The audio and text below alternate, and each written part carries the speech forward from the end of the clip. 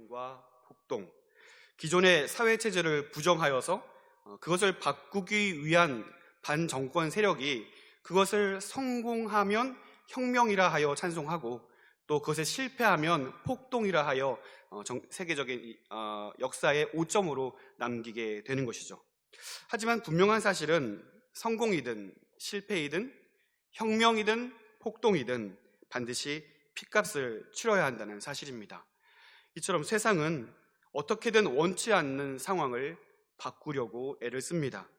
억울한 일을 당했을 때나 알 수 없는 고난에 처해졌을 때 빨리 벗어나고 싶은 것이 우리 인간이 가진 본성이 아닐까 하는 생각이 듭니다. 그런 이유로 인류는 계속해서 반복적으로 혁명과 폭동을 반복해 왔습니다.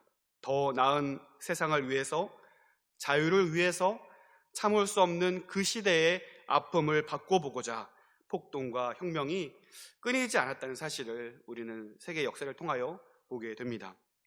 오늘 본문을 노래하고 있는 다윗 역시 혁명과 폭동 사이에 살아갔던 사람입니다.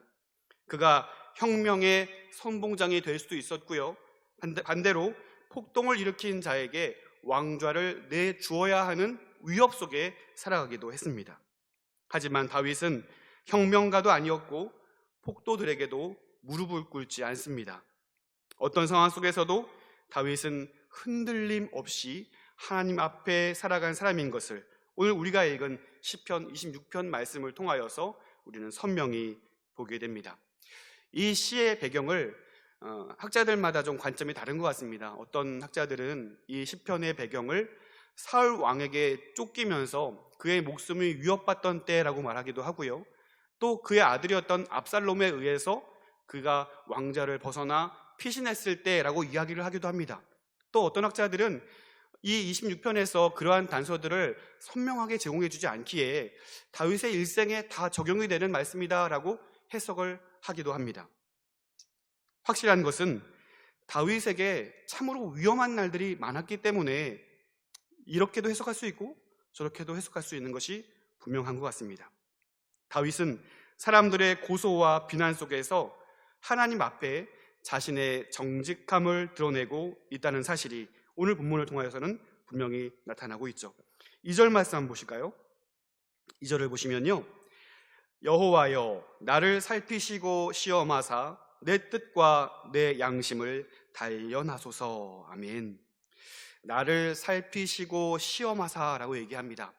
이게 어떤 의미냐면요, 원어의 의미를 충분히 해석해서 의미를 생각해 보면 마치 용의자를 신문하듯이 철저하게 조사해 달라는 의미가 될 수 있겠습니다. 그런데 그 철저하게 조사하는 대상이 뭐냐면 오늘 성경을 보니까 내 뜻과 내 양심이라고 얘기합니다.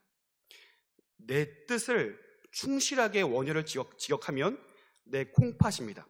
다 아시는 대로 내 콩팥은 그 당시 유대 사람들에게 있어서 심연의 깊은 곳, 그 누구도 들춰낼 수 없는 심연의 깊은 곳이다라고 생각을 했다는 거예요.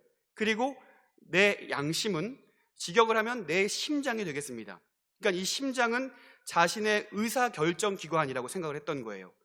이것을 좀 충실하게 설명을 해보자면, 이해되기 쉽게 말씀을 드리자면, 그 누구도 들춰낼 수 없는 나의 심연의 깊은 곳까지도 하나님께서 철저하게 조사해서 내가 얼마나 정직한가를 하나님이 좀 알아주십시오라고 다윗은 힘주어 고백하고 있습니다. 그만큼 다윗은 하나님 앞에 정직하게 살아왔습니다. 그리고 그 정직한 삶을 구체적으로 다윗은 내가 이러한 삶을 살아왔습니다라고 노래하고 있죠. 4절 말씀과 5절 말씀 우리 함께 읽어보도록 하겠습니다. 4절과 5절입니다. 허망한 사람과 같이 앉지 아니하였사오니 간사한 자와 동행하지도 아니하리이다. 내가 행악자의 집회를 미워하오니 악한 자와 같이 앉지 아니하리이다. 아멘. 자, 4절과 5절 말씀을 읽으시면서 어떤 시편의 말씀이 떠오르시지 않나요? 마치 시편 1편 1절의 적용편인 것 같은 생각이 들 정도입니다. 한번 읽어보실까요? 시편 1편 1절입니다. 함께 있습니다. 복 있는 사람은 악인들의 꾀를 따르지 아니하며 죄인들의 길에 서지 아니하며 오만한 자들의 자리에 앉지 아니하고. 아멘.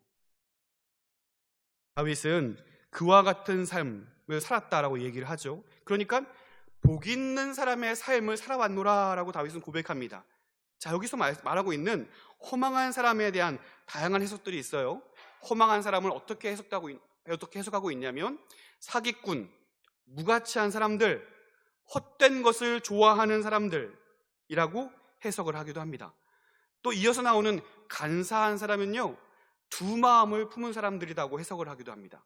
그러니까 자신의 어떤 동기를 밝히지 않은 채로 자신의 목적을 달성하기 위해서 자신의 동기를 숨기고 사악하게 다가오는 음흉한 사람들을 이 사악한 자로 보았다라는 사실입니다.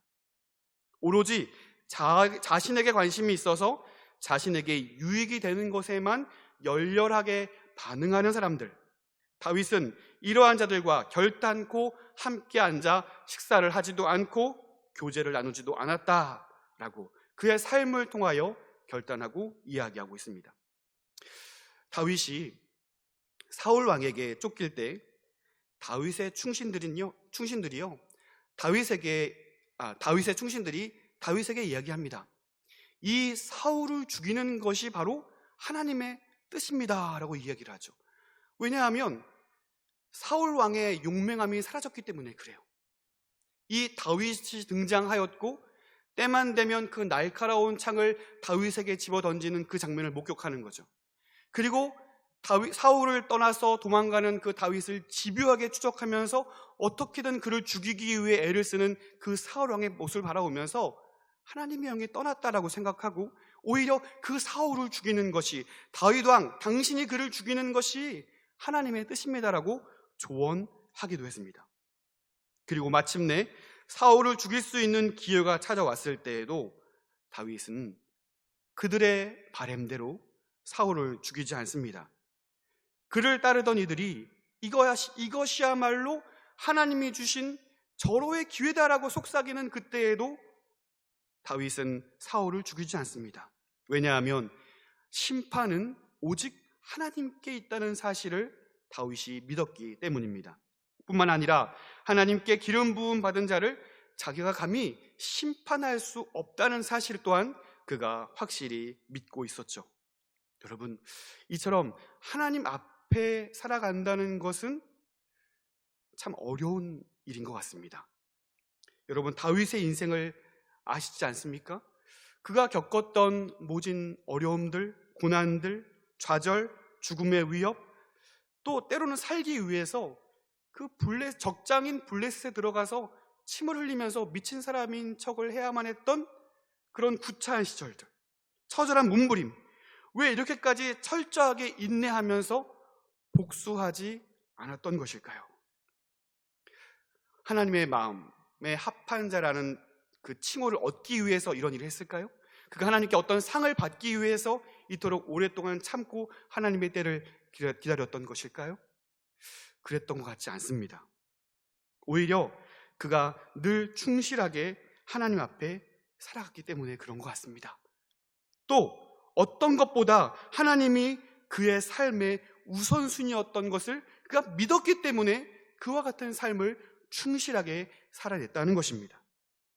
사랑하는 성도 여러분, 오늘 우리도 하나님 앞에 살아가야 하는 하나님의 백성임을 여러분 믿으십니까?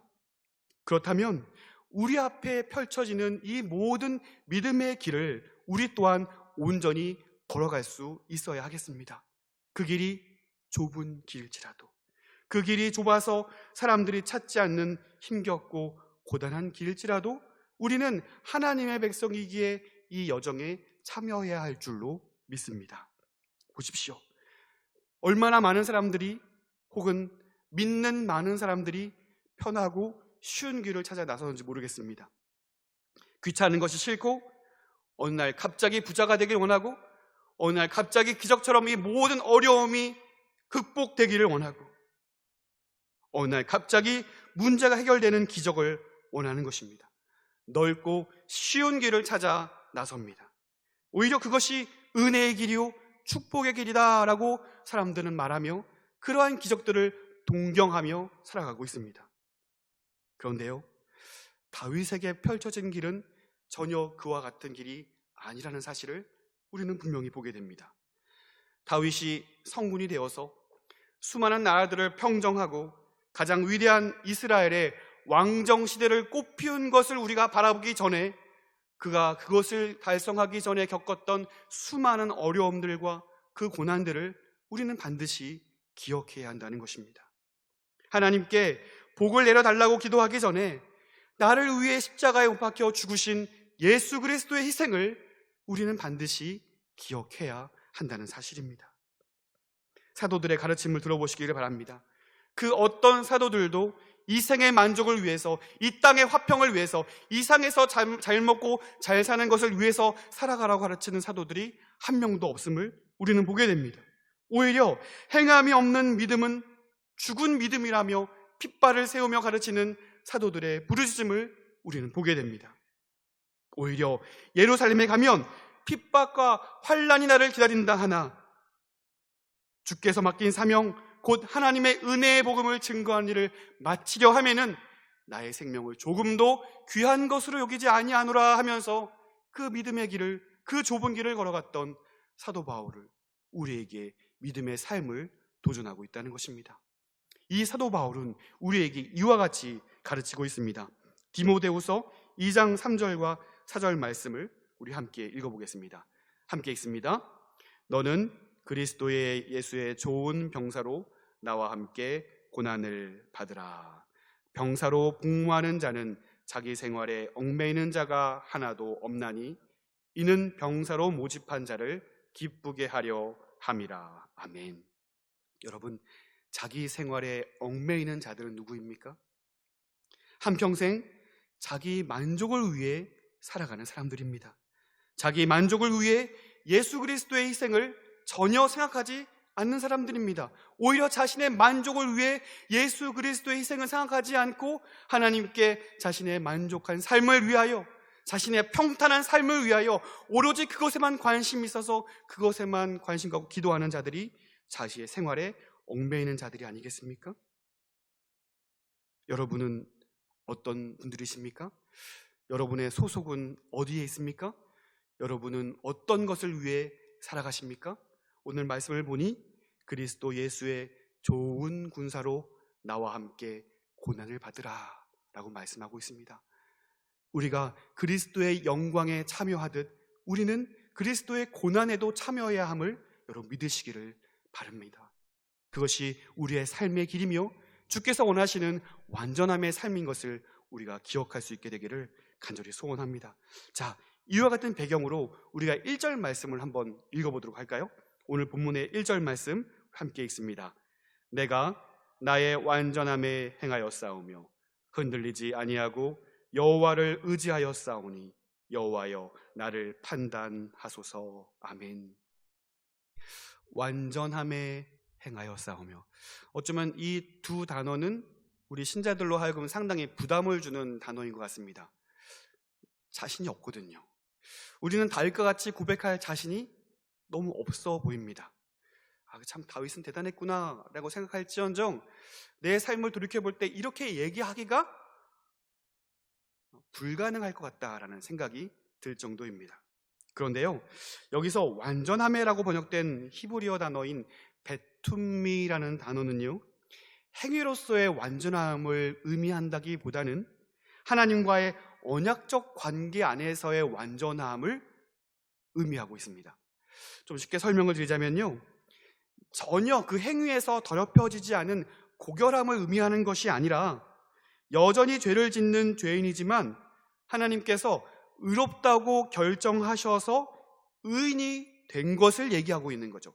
하나님이 결정하셔서 완전한 자요 의인이다라고 했기 때문에 의인이 되었다는 것을 얘기하고 있는 거예요. 그러니까 하나님의 주도권과 하나님의 그 놀라운 결정으로 인하여 내가 완전한 자요 의인이 되었으니 그 언약적 관계 안에서 내가 최선을 다하여 하나님 앞에 성실한 삶을 살아내는 것, 하나님 앞에 온전함으로 하나님의 뜻 가운데 살기 위하여 애를 쓰는 그러한 삶의 행위를 완전함에 행하여 싸우며 라고 이해할 수 있겠습니다.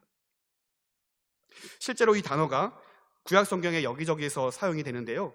창세기 6장 9절 말씀에 이 단어가 사용이 됩니다. 9절 말씀도 함께 읽어볼까요? 이것이 노아의 족보니라. 노아는 의인이요 당대의 완전한 자라. 그는 하나님과 동행하였으며 자, 말씀을 보니까요, 노아의 완전함도 그가 그 행실이 완전히 깨끗한 사람이 아니었는가라고 생각할 수 있겠지만 여기서도 베툼이라는 단어가 쓰인 거예요. 그리고 창세기 17장 1절 말씀도 보실까요? 제가 읽겠습니다. 아브라함이 99세 때에 여호와께서 아브라함에게 나타나서 그에게 이르시되 나는 전능한 하나님이라. 너는 내 앞에서 행하여 완전하라. 아멘. 하나님께서 아브라함과 언약을 맺는 장면에서 하나님은 아브라함에게 너는 내 앞에 행하여 완전하라 라고 명령하십니다.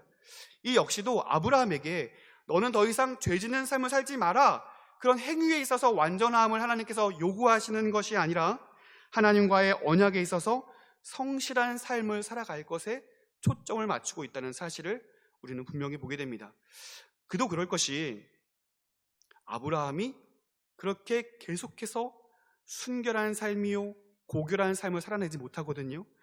그에게도 여전히 실수하는 삶이 분명히 있었기 때문입니다. 여러분, 노아를 보십시오. 당대의 완전한 자라. 하나님과의 그 긴밀한 관계 안에서 그는 산에 방주를 만듭니다. 한 주, 한 달의 일이 아닙니다. 1년, 10년의 일이 아닙니다. 그는 무려 120년 동안 그 산에다가 방주를 만듭니다. 우리가 그 기간을 한번 떠올려 보시면 좋을 것 같아요. 그 오랜 시간 동안 산 꼭대기에다가 배를 짓는 노아와 그의 가족들을 바라보는 사람들의 표정이 어땠겠어요? 쓸데없는 짓을 하고 있다라고 생각하지 않았겠습니까? 얼마나 그들을 향하여 비난하고 놀리고 조롱했겠습니까? 그리고 그러한 조소와 조롱을 듣는 노아의 귀와 노아의 마음은 흔들리지 않았을까요? 열심히 땀을 흘리며 배를 만들고 있는 그 순간에 30년이 지났어요. 50년이 지났어요. 70년이 지났어요. 100년이 지났어요. 그 오랜 시간 동안 배를 만들고 있으면서 내가 지금 뭐 하고 있는 거지? 나도 저 사람들처럼 즐기고 놀고 행복하게 살 수 있을 텐데 나는 이 오랜 시간 동안 뭘 하고 있나? 라는 생각이 들지 않았을까요? 아브라함을 떠올려 보시기를 바랍니다. 그토록 갈망하고 고대하던 아들 이삭을 100세 되어 낳게 되었습니다. 그러나 하나님께서 명령하시자 아브라함은 망설임 없이 그 아들을, 자신의 목숨보다 소중한 그 이삭을 하나님 앞에 드리기로 작정하고 그 칼을 높이 쳐듭니다. 여러분, 노아가, 아브라함이 그렇게 행할 수 있었던 이유가 무엇인가 하는 것입니다. 하나님을 그 무엇보다, 그 누구보다 사랑했기 때문임을 여러분 믿으시기를 바랍니다. 그들의 삶의 우선순위에서 오로지 하나님만이 가장 큰 우선순위였기 때문에 그들이 그러한 삶의 중요한 순간에 하나님을 위한 결정을 했음을 여러분 믿으시기를 바랍니다. 그들의 우선순위는 오직 하나님이었습니다. 이것이 바로 하나님 앞에 행한 완전함이었음을 우리는 성경을 통하여 분명히 보게 되는 것이죠. 사울을 처단할 수 있는 절호의 기회 앞에서도 철저하게 하나님의 판단을 기다렸던 다윗을 보십시오. 그 역시 자신의 삶의 우선순위는 오로지 하나님 한 분이었다는 사실을 우리는 깨닫게 됩니다. 바로 이러한 삶의 태도야말로 오늘 본문이, 오늘 다윗이 노래하고 있는 완전함에 행하였습니다. 뿐만 아니라 다윗은 앞으로의 삶도 하나님 앞에 행하여 완전한 삶을 살아가겠습니다라고 결단하고 있습니다. 우리 11절 말씀 함께 읽겠습니다. 11절입니다. 나는 나의 완전함에 행하오리니 나를 속량하시고 내게 은혜를 베푸소서. 아멘. 오늘 이 고백이 저와 여러분의 고백이 되었으면 좋겠습니다. 다윗은 다시 한번 결단합니다. 하나님 앞에서 하나님을 우선순위로 둔 자신의 삶이 결코 틀리지 않았음을 그는 입증하면서 이 삶이 결단코 틀린 삶이 아니라고 결정하면서 앞으로도 이와 같은 삶을 내가 쉼없이 살아가겠습니다라고 결단하고 있는 것입니다. 그러한 삶을 하나님께서 응원하시고 그 삶을 지키시고 그러한 삶을 복 내릴 것을 소망하면서 그는 하나님께 간구하죠. 나를 속량하시고 내게 은혜를 베푸소서. 그래서 속량한다는 말은요, 구원하다, 구속하다 라는 의미입니다. 노예를 해방시키는 것처럼, 노예를 해방시켜서 자유인이 되게 하시는 것처럼, 죽을 운명에 처해 있는 사람들을 건져서 살 사람들로 영원한 하나님의 백성으로 만드시는 것처럼 이스라엘을 구속하여 자기 백성 삼으신 것을 표현하고 있는 말입니다. 더 이상 애굽의 노예 신분이 아니요 하나님의 구속으로 인하여 자유인으로 하나님의 자녀로 구속해내신 것을 늘 기억하고 있는 것입니다. 사랑하는 성도 여러분, 나를 속량하고 내게 은혜 베푸소서. 죽을 수밖에 없는 죄인으로 살아갔지만 예수님의 십자가 보혈로 더 이상 죄의 노예가 아니요 하나님의 자녀가 된 것을 늘 기억하면서 하나님 앞에 완전한 삶의 모습으로 나아갈 수 있는 저와 여러분이 되시기를 간절히 소원합니다. 하나님께서 의롭다고 완전하다고 인정해 주신 저와 여러분의 삶이 오직 하나님만 드러나는 삶이요 하나님의 영광만 드러나는 삶이 되기를 또한 간절히 소원합니다. 여기서 저는 다윗과 참 대조되는 인물을 또 살펴봤으면 좋겠어요. 그는 바로 사울 왕입니다. 본문 한번 보실까요? 사무엘상 13장 5절부터 14절까지의 말씀입니다. 사무엘상 13장 5절부터 14절까지 말씀인데요, 한 절씩 우리 교독하여서 읽어보도록 하겠습니다. 제가 먼저 13장 5절 말씀 읽겠습니다. 블레셋 사람들이 이스라엘과 싸우려고 모였는데 병거가 3만이요 마병이 6천이요 백성은 해변에 모래같이 많더라. 그들이 올라와 베다웬 동쪽 믹마스에 진침해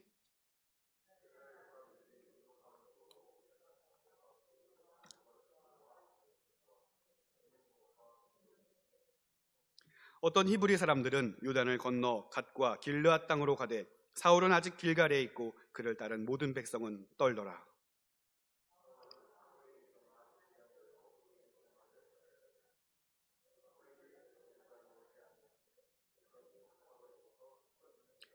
사울이 이르되 번제와 화목 제물을 이리로 가져오라 하여 번제를 드렸더니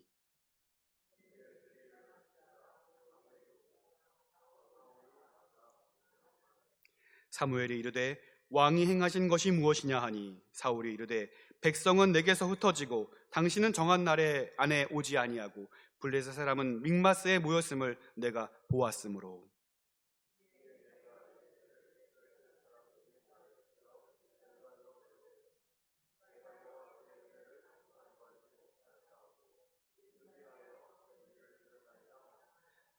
사무엘이 사울에게 이르되 왕이 망령되이 행하였도다. 왕이 왕의 하나님 여호와께서 왕에게 내리신 명령을 지키지 아니하였도다.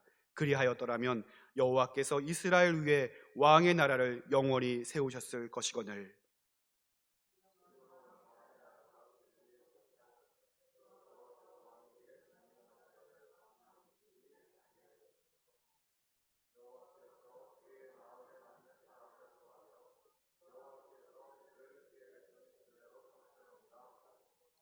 아멘.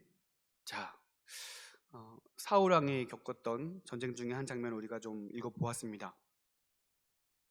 해변의 모려 같은 수많은 적군이 그들을 포진하고 있습니다. 그 많은 적군 앞에서 사울 왕의 결정은 어찌 보면 지극히 정상적인 결정이 아니었는가라는 생각이 듭니다. 누구나 다 납득할 수 있고 이해할 수 있는 모습일 수 있습니다. 상상을 한번 해보시죠. 수많은 적군들이 그 군대를 둘러싸고 있습니다. 그리고 우리의 군사들은 그 수많은 적군을 바라보며 두려워서 335 대열을 흩어 빠져나가고 있습니다. 물론 대놓고 하진 않았을 거예요. 하지만 그것이 눈에 보이죠. 남아있는 군사들의 눈빛을 보니 두려움이 역력합니다. 그런 모습을 바라보는 사울 왕 혼자만 사기에 충천하여 기력이 뛰어났을까요? 아니요. 그 역시도 그 수많은 적군들을 바라보며 두려움에 떨었을 것입니다. 그리고 시간 내에 찾아오지 아니하는 사무엘을 바라보면서 어쩌면 그는 생각했을 수도 있겠죠. 사무엘도 두려워서 꽁지를 뺐나? 나는 지금 무엇을 해야 하나? 나는 어떻게 해야 하는가? 결국 사울이 직접 번제를 드리게 됩니다. 다른 문제도 아니고요, 생명이 달린 문제잖아요. 이 국가의 흥망성쇠가 달린 일이잖아요. 하나님 말씀도 중요한데요, 일단 살고는 봐야 될 거 아닌가요? 하나님이 세워주셨으니까 그 나라를 보좌하고 보존하기 위해서 한 나라의 장수로서, 한 나라의 왕으로서 응당 내려야 할 결정이 아니었을까요? 일단은 살고 봐야 될 거 아닌가요? 고개를 끄덕이시면 안 되는데요. 다윗이 말하는 완전함에 행하는 것, 노아가 하나님 앞에 완전한 자였다는 사실, 그리고 하나님께서 아브라함에게 기대하신 완전함이란 무엇이었을까요? 여러분, 한번 힘차게 따라해 주시겠습니까? 그리 아니하실지라도 하나님을 신뢰합니다. 좀 더 힘차게요. 그리 아니하실지라도 하나님을 신뢰합니다. 아멘. 하나님을 내 인생의 주인으로 모시는 것, 어떤 일이 있을지라도 철저하게 하나님을 신뢰하는 것, 그것이 하나님께서 사울왕에게 요구하신 그 요구사항 아니었을까요? 여러분 기억하십시오. 이 전쟁은요, 하나님께서 완전함으로 행할 것을 요구하시는 완전함의 시험장이었다는 사실입니다. 하나님이 사울을 버린 것이 아니라 사울이 하나님을 버린 것입니다. 사울이 하나님을 더 이상 의지하지 않기로 결정한 것입니다. 사울왕은 이 시험에서 낙제하였습니다. 그의 삶의 주인이 하나님이 아니라 자신의 왕자였다는 사실이 분명하게 드러나게 되었습니다. 그의 삶의 우선순위가 하나님이 아니라 내 명예였고 내 왕자였다는 사실이 분명히 드러나게 되었습니다. 그는 하나님의 일하심을 기다리지 못했습니다. 신뢰하지 못했습니다. 사울왕의 항변을 들어보실까요? 12절 말씀을 보니까 부득이라는 표현이 나옵니다. 부득이.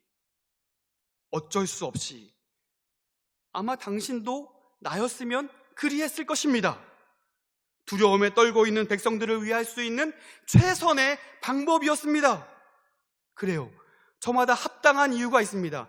부득이한 이유가 있습니다. 내가 무엇인가 충성해야 하고 무엇인가 열심을 내야 하지만 내 삶의 곳곳이 찾아오는 부득이한 일들이 있습니다. 수험생이니까, 이제 대학생이 됐으니까, 이제 결혼을 했으니까, 이제 아이를 낳았으니까, 코로나19가 지금 있으니까, 부득이한 일, 어쩔 수 없는 일들이 우리에게 분명히 있습니다. 그래요. 그 누구나 들으면 공감할 만한 내용들, 어쩔 수 없지, 그럴 수밖에 없지, 그럴 만한 상황들이 우리에게 주어집니다. 그러나 사무엘은 사울 왕에게 이렇게 질책하고 있습니다. 왕이 망령되이 행하였도다. 사랑하는 성도 여러분, 오늘 우리에게도 하나님 앞에 행하여 완전하게 요구하시는 이 완전함의 시험이 여전히 치루어지고 있음을 여러분 믿으시기를 바랍니다. 하나님은 그러한 상황 때마다 나를 의지할 것인가, 나를 신뢰할 것인가, 나를 찾고 나를 믿을 것인가에 대한 하나님 앞에 행하여 완전함에 대한 시험을 우리에게 곳곳이 요구하고 있습니다.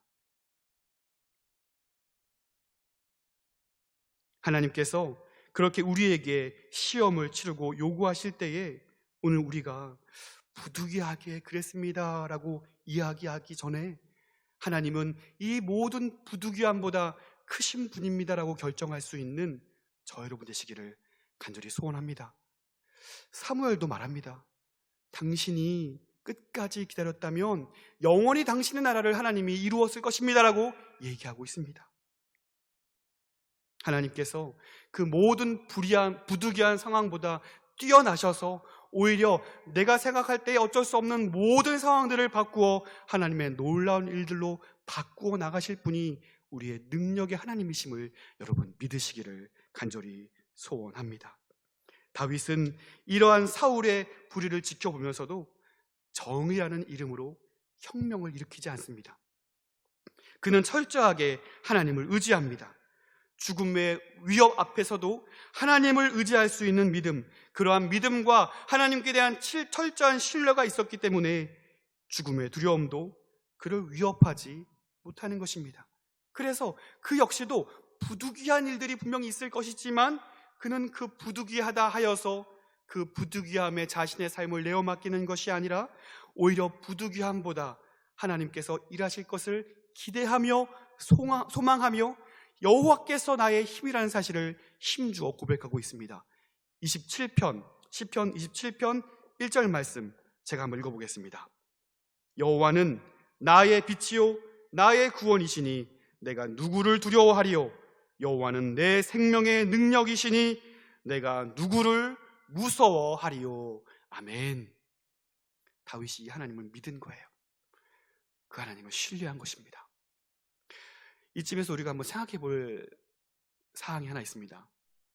그러면 사울왕은 원래 그렇게 지독하게 믿음이 부족하고 악한 사람이었는가? 이 다윗을 틈만 나면 죽이려고 할 만큼 속이 좁고 사악한 사람이었는가? 사실 성경이 말하는 사울은 그런 사람이 전혀 아니었습니다. 그가 왕권에 대한 욕심에 눈이 멀어버리기 전까지는 그는 정말 위대한 사람이었습니다. 위대한 업적을 남긴 사람이었습니다. 사울은 유대 역사상 가장 위대한 인물 중에 뛰어난 한 사람이었던 것을 우리는 알게 됩니다. 그는 좋은 가문의 출신이었고 그의 족보에는 위대한 역사적인 인물들이 수많이 있었죠. 아브라함, 이스라엘, 모세, 이들이 그들의 선조였습니다. 그리고 사울은 사사시대에 그 패역한 이스라엘의 흑역사를 새로이 일군 사람이었습니다. 그는 패역한 백성들을 모아서 하나의 연합된 왕국을 이루어내었습니다. 사기라고는 전혀 찾아볼 수 없는 옹졸한 사람들을 모아서 위대한 군사를 만들어내었고 많은 전쟁에 참여하여서 승리를 이루어냈습니다.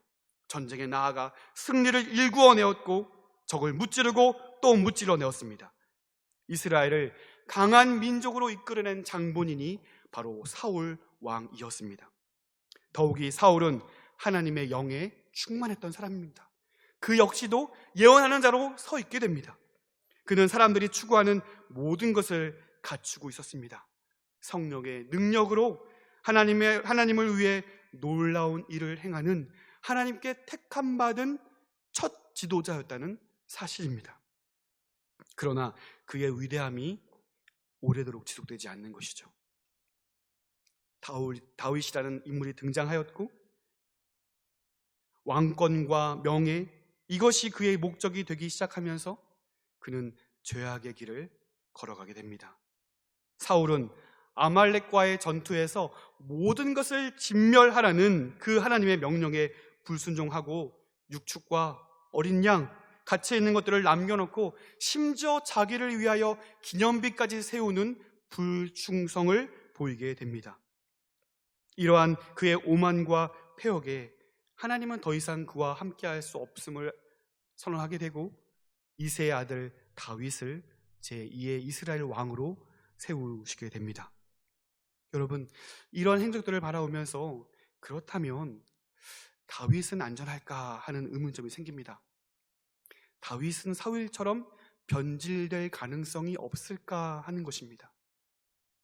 다윗이 오늘 시편 26편에서 말하고 있는 것처럼 하나님 앞에 행하여 완전했다라고 이야기할 정도로 그는 위대한 사람이고 흠이 없는 사람이고 끝까지 변질되지 않은 사람일까 하는 의구심이 있는 것이죠. 우리가 아는 대로 다윗도 우리와 성정이 같은 연약한 한 인간에 불과하다는 사실을 우리는 깨닫게 됩니다. 그래서 하나님은요, 이 사울 왕을 통하여 다윗을 잘 준비시키길 원하셨던 것 같아요. 사울 왕의 패역을 바라보면서 다윗이 배우길 바라셨던 것 같습니다. 그가 고백하듯이 모든 상황 속에서 하나님 앞에 완전함에 행하오리니 이러한 사실들을 배우게 하시는 거예요. 다윗은 사울을 통하여 하나님을 사랑하는 방법을 배우게 됩니다. 사울을 통하여 끝까지 하나님을 신뢰하는 방법을 그는 배우게 됩니다. 사울의 광적인 추격을 받으면서 그는 깨어지게 됩니다. 그 깨어짐을 통하여 원수에게 저항하지 않는 방법을 그는 배우게 됩니다. 그 동굴의 어두컴컴한 칠흑 속에서 그는 침묵과 친구 삼는 방법을 배우게 됩니다. 보복하지 않는 온유함을 배우게 됩니다. 고통의 시간을 보내면서 하나님의 때를 잠잠히 기다리는 방법을 그는 배우게 됩니다. 이기는 것보다 지는 것을 배우게 됩니다. 하나님을 의지한다는 것이 무엇인지를 이 사울 왕을 통해 다윗은 배우게 되는 것입니다. 성경을 보면요, 하나님께 칭찬을 받은 사람들은 한결같이 늘 하나님을 기다렸던 사람들인 것 같습니다. 이들에게는 불평과 불만보다는 오히려 하나님께 대한 감사함으로 미래를 내다보는 능력들이 있었던 것 같습니다. 시편을 보셔도요, 물론 불평도 있고 원망도 있죠. 하나님 왜 나타나지 않습니까? 하는 그런 마음의 절절한 의구심도 있죠. 그러나 이 시편의 결말쯤에 가서는 늘 모든 것을 회복해 하시는 하나님에 대한 소망함이 있더라고요. 오늘 시편도 마찬가지입니다. 다윗은 여전히 그를 비난하고 조소하는 많은 사람들이 있지만 그는 그 많은 무리들 가운데 하나님을 송축한다라고 고백하고 있습니다. 오늘 본문 12절 말씀을 읽어보겠습니다. 12절입니다. 내 발이 평탄한 데 섰사오니 무리 가운데서 여호와를 송축하리이다. 아멘. 다윗에게 이와 같은 믿음이 있기에 사울을 직접 처단하지 않는 것 같습니다. 하나님께서 그 모든 것을 바꾸시어 하나님의 때에 완벽함을 이루어갈 것을 그가 믿기에 자신의 방법으로 사울을 처단하지 않습니다. 오히려 그는 이렇게 고백하죠. 사무엘상 24장 6절 말씀 제가 읽어보겠습니다.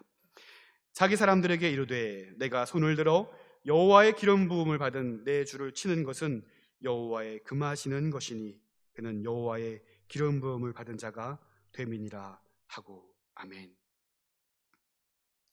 어떤 상황보다 하나님을 바라보는 것, 오늘날 우리에게 다가오는 정당함의 유혹 앞에서 정당하다는 이유로 폭력을 휘두르고 정당하다는 이유로 권력을 무시하고 정당하다는 이유로 사람을 바라보면서 불평하거나 원망하고 계시지는 않으십니까?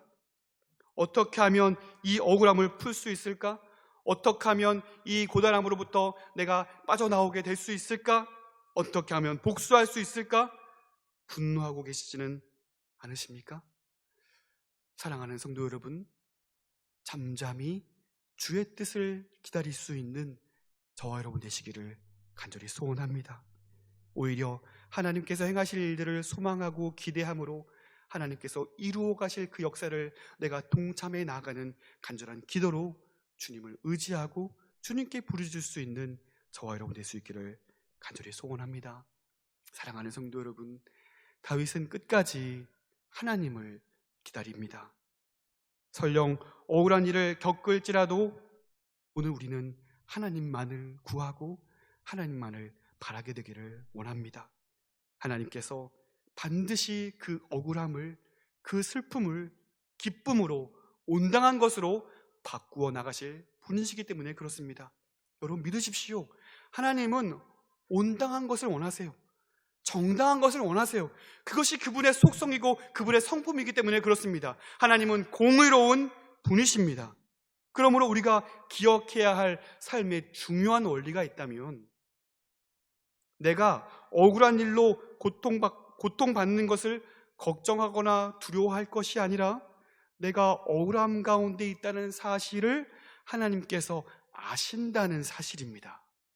하나님께서 아셔요. 내가 억울한 것을 아시고요, 그것을 헤쳐나가고 그것을 극복하게 하실 하나님의 놀라운 능력을 우리가 사모하여 바라볼 때에 하나님은 그것을 그렇게 이루어 나가실 것을 우리로 하여금 믿게 하시는 것입니다.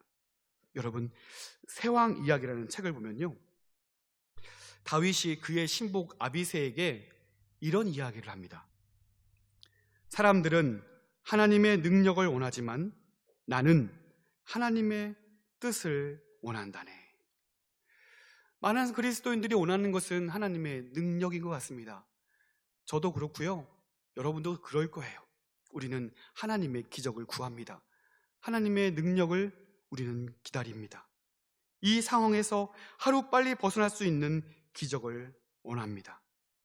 그러나 하나님은요, 그 어려운 시간에, 그 어려운 고난의 시기에 우리로 하여금 배우기를 원하십니다. 하나님을 철저히 사랑하는 방법, 하나님을 끝까지 기다리는 방법, 하나님께서 역사하실 그날을 고대하는 방법, 하나님은 배우기를 원하십니다. 억울한 시간들을 통하여 온전히 주님만을 의지하는 방법을 배우기를 원하십니다. 중요한 것은 그 문제를 누가 해결하느냐는 것입니다. 여전히 나의 방법을 동원하여 그 문제를 해결하고자 한다면, 그 억울한 일을 해결하고자 한다면 우리는 즉시로 난항에 부딪힐 수 있겠습니다. 하지만 하나님의 때를 기다리며 하나님의 방법을 구하고 하나님의 뜻을 구할 때 하나님의 뜻대로 이루어짐을 우리는 경험하게 될 줄로 믿습니다. 많은 사람들이 하나님의 뜻을 구할 때 오늘 밤 저와 여러분은 하나님의 뜻을 구할 수 있게 되기를 간절히 소원합니다. 문제는 이것에 있는 것 같습니다. 많은 사람들이 하나님의 뜻을 구하기보다는 하나님의 능력을 구하고 하나님의 기적을 원한다는 것입니다. 하나님의 뜻을 아는 사람이 적습니다. 하나님의 뜻을 구하는 사람이 적습니다. 그러나 하나님의 뜻을 구하는 자들에게, 하나님의 방법을 사모하고 하나님을 절대적으로 신뢰하는 자들에게 하나님은 그 문제를 더욱 놀라운 방법으로 이루어 가실 분이심을 여러분 믿으시기를 바랍니다. 그렇다면 어떤 인생이 더 쉬울까요? 하나님을 의지하는 자들의 삶이 더욱 복되며 쉬울 줄로 믿습니다.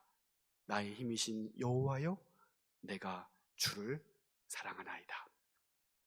오늘 시편 26편의 말씀을 배운적인 상황을 더불어서 말씀을 드렸는데요, 시편 말씀을 쭉 읽다 보면요, 반복되는 표현이 나오기도 하고요, 의인과 악인이 연달아서 설명이 되면서 대조되는 모습을 통하여서 그 뜻이 더욱 분명하게 나타나는 것들도 우리는 보게 됩니다.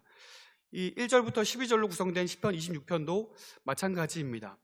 우리가 빠른 속도로 지나가게 되면 놓칠 수 있는 숨은 은혜를 잠시 한번 우리가 찾아보았으면 좋겠습니다.